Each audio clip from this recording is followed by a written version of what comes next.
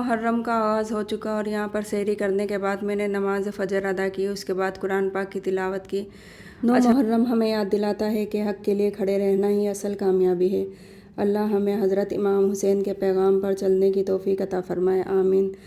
Summer vacation आते ही बच्चों की रूटीन बदल जाती है। सुबह जल्दी उठने की जगह देर तक सोना, आराम से नाश्ता करना और पूरा दिन अपनी पसंद की एक्टिविटीज़ में गुजारना उनकी रोज़मर्रा ज़िंदगी का हिस्सा बन जाता है। तो भाई यहाँ पर खैर मेरे हस्बैंड भी उठ चुके थे और उनके लिए मैंने जूस बनाया। अच्छा, कल के ऑफ़िस गए हुए आज सुबह 5 बजे आए मेरे हस्बैंड और काफ़ी लेट सोए, तो फिर इसलिए उनको उठते उठते तकरीबन अभी 3 बज चुके हैं। तो मैंने सोचा उनके लिए पहले जूस बना देती हूँ, इतनी देर में वो फ्रेश हो जाएंगे तो फिर मैं उनके लिए डायरेक्ट ही खाना बनाऊँगी दोपहर के लिए, क्योंकि मेरा तो रोज़ा था और बच्चे अभी नाश्ता कर चुके थे। तो हस्बैंड की फरमाइश पे मैं यहाँ पे बनाने लगी थी बेसनी रोटी। आगे चल के आपको इसकी रेसिपी भी मैं शेयर करूँगी। कोई ज़्यादा मुश्किल रेसिपी नहीं है, बिल्कुल ईजी रेसिपी है। जो आपके पास घर में मसाले अवेलेबल हैं उससे आसानी से बन जाती है। अच्छा, अगर आपको कुछ दोपहर के टाइम कुछ भी समझ नहीं आ रहा तो आप ये बेसनी रोटी ट्राई करें। बहुत ही मज़े की और सिंपल सी रेसिपी है। दोपहर का तो सोच लिया, तो मैंने सोचा साथ साथ रात के लिए भी तैयारी करके रखती हूँ। अच्छा, यहाँ पर मैंने 2 किस्म का गोश्त भिगो के रखा हुआ था। एक की बनानी थी मुझे बिहारी बोटी और एक बनाना था मुझे शामी कबाब। तो मैंने सोचा दोनों भिगो के रख देती हूँ और साथ साथ तैयारी भी कर लेती हूँ। और यहाँ पर मेरा किचन भी बहुत मैसी हो चुका था, क्योंकि नाश्ता दिया, जूस वगैरह बनाया था, उसके बाद ही मेरे किचन की सूरत हाल थी। तो मैंने सोचा पहले पूरा किचन जो है अपना क्लीन करती हूँ, उसके बाद मैं दोपहर के खाने की तैयारी करूँगी। तो भाई यहाँ पे मेरी बेसनी रोटी भी तैयार हो चुकी है और मैं क्लिप रिकॉर्ड करना ही भूल गई। रेसिपी सोचा था आप लोगों के साथ शेयर करूँगी, लेकिन मैं रेसिपी रिकॉर्ड करना ही भूल गई हूँ। अच्छा, बहुत ही मज़े की रेसिपी लगती है। अगर आपने रेसिपी लेनी है तो आप यूट्यूब से भी सिंपल सर्च कर सकते हैं, आपको मिल जाएगी। और अगर आप बोलेंगे तो मैं आपको नेक्स्ट टाइम इसकी रेसिपी भी बता दूँगी। अच्छा, आपने ये दही का रायता बनाना है इसके साथ। बहुत ही सिंपल रेसिपी है। आपने जस्ट प्याज चॉप करनी है, हरी मिर्च चॉप करनी है, हरा धनिया, जीरा और नमक, और आपकी रायते रेसिपी बिल्कुल तैयार। A few moments later. तो भाई मगरिब की अज़ान हो चुकी थी यहाँ पर। अल्हम्दुलिल्लाह मैंने रोज़ा इफ्तार किया और इसके बाद मुझे करने थे बहुत सारे काम। तो भाई अब आप आगे का सीन कुछ यूँ है कि मैं आपको रूम के अपने सूरत हाल दिखाती हूँ। अभी बच्चियों के कपड़े मैंने सेट करने अलमारी में, और मैंने सारे कपड़े निकाल के और बाहर रख दिए वो समेटने, और वो मेरा दिल नहीं चाह रहा मैं किस तरह से समेटूँ। पूरा मैंने गंद मचाया हुआ है रूम में।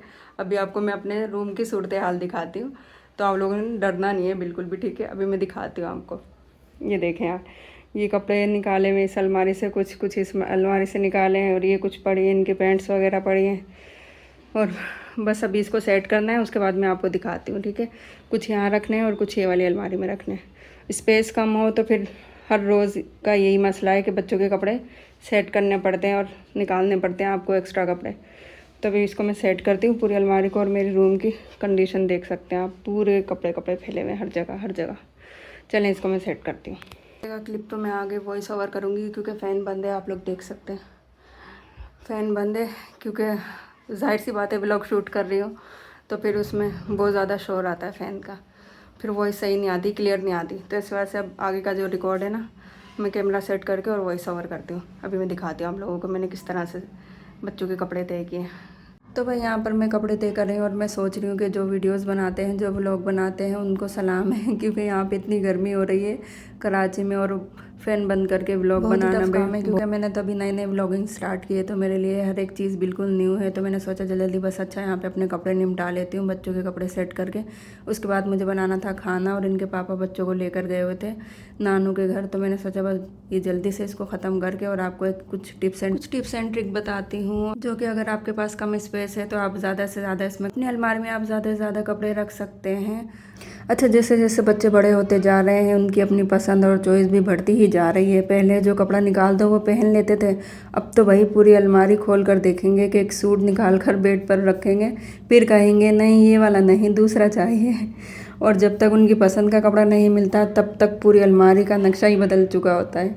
फिर माँ की ड्यूटी शुरू होती है, सारे कपड़े फोल्ड करो, दोबारा हैंगर पर लगाओ और अलमारी फिर से सेट करो। रिया नाया के कपड़े भी तय हो चुके हैं, या हाशिर के कपड़े आ गए और या अमल के कपड़े आ गए। और ये जो है एक्स्ट्रा कपड़े मैंने निकाल के साइड पे रख दिए, कुछ पैंट्स वगैरह निकाल ली, वो मतलब तय कर लिए, और जो एक्स्ट्रा वाली थी वो मैंने निकाल दी। अच्छा, हाशिर के कपड़ों का सीन कुछ यूँ है कि हाशिर की अलमारी बिल्कुल सेट है, ठीक है। तो अब ये कपड़े मैं हाशिर के एज इट इज़ रख दूँगी उसमें, और अमल के कपड़े भी तकरीबन अलमारी जो है वो सेट है। बस अब हुरिया नाया के कपड़े रखने और बस अभी वो ठीक करनी है और अभी मैं इन कपड़ों को रखती हूँ अलमारी में। हाशिर के कपड़े तो देखे मैंने रोल करके इस तरह से टी शर्ट्स इनकी हाशिर की रख देती हूँ, तो इसकी वजह से ये फ़ायदा हो जाता है कि स्पेस जो है वो कम लगती है और कपड़े ज़्यादा से ज़्यादा रखे जाते हैं अलमारी में। तो आप भी इस तरह से रोल करके टी शर्ट को और इस तरह से एक के ऊपर एक इस तरह से रख दें, लाइन बना के, पहले एक नीचे लाइन फिर ऊपर लाइन फिर ऊपर लाइन, इस तरह काफ़ी 4-5 लाइनें आ जाती हैं, तो ये कपड़े आराम से अलमारी में सेट हो जाते हैं।